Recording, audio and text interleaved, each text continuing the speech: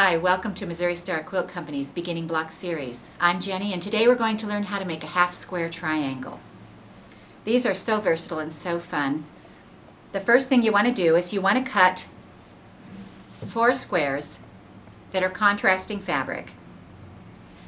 And they can be any size, as you'll see.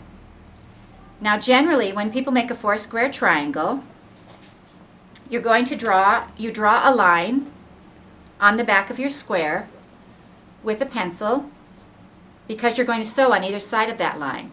I, however, have a tip for you. This is a trick that's worked very well for me, and it makes it so much easier, especially if you have a lot of half square triangles to do. What we're going to do is we're going to press this corner to corner across the block diagonally, and we're going to press the other one. That gives us a line without having to spend hours with our ruler and our pencil drawing it. Now what we'll do is we're going to open this up, and we are going to lay our other square on top of it, just like that. And as I turn this over, you can see the line is very visible to us. Now we're going to take this to the sewing machine and sew on either side of this line. Okay, now we're here at the sewing machine, and we would like to put our presser foot down right on that middle line. The outside edge goes right along that line, and it's a 1/4 inch presser foot, and so as we sew along that, it's going to be the first of 2 triangles we make out of this block. Now we're just going to flip it around, give us a little thread there. Again, put your presser foot on the pressed fold in the middle and sew along.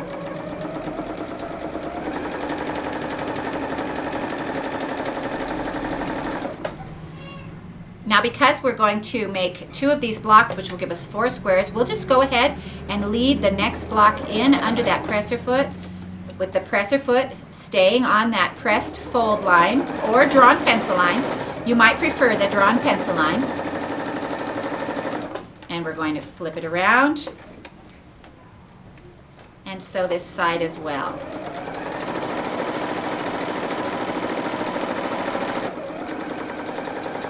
There we go. Now we'll take this off, and we're going to trim these threads and go back to the ironing board. We have our 2 squares, and they're pressed on either side of the fold, and we're going to cut them right down the middle. Now you can do this with a rotary cutter or with scissors. My scissors are handy, so I'm going to do it just with my scissors. If I had a lot of them to do, I would use a rotary cutter. So we even use the pressed fold as a line for our cutting. Now what we're going to do is we're going to turn them dark side up. So these are all dark side up. And we're going to press them to set that seam.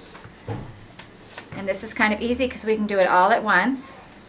Then we will lift the dark side and press toward the dark. Look at that nice half square triangle. Completely even.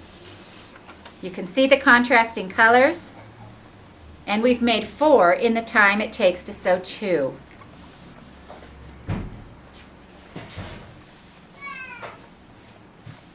Now a 4 square triangle can be used for all sorts of things. If you put it together this way, line up your squares. If you line up your squares with the light toward the middle, you make a square that we like to call love letters. If you can also turn it with the dark to the middle, and it gives you a completely different look. Now if you want to make a pinwheel, you can do that by putting you want to put your darks to the center in this manner. And that makes a fabulous little pinwheel. And pinwheels really are one of the favorite blocks. They really are one of America's favorite blocks. And now if you'd like to also, you can just lay them, you can keep them directional.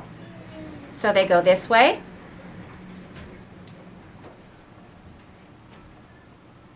And set them up. You would just sew them together just on this line 1/4 inch.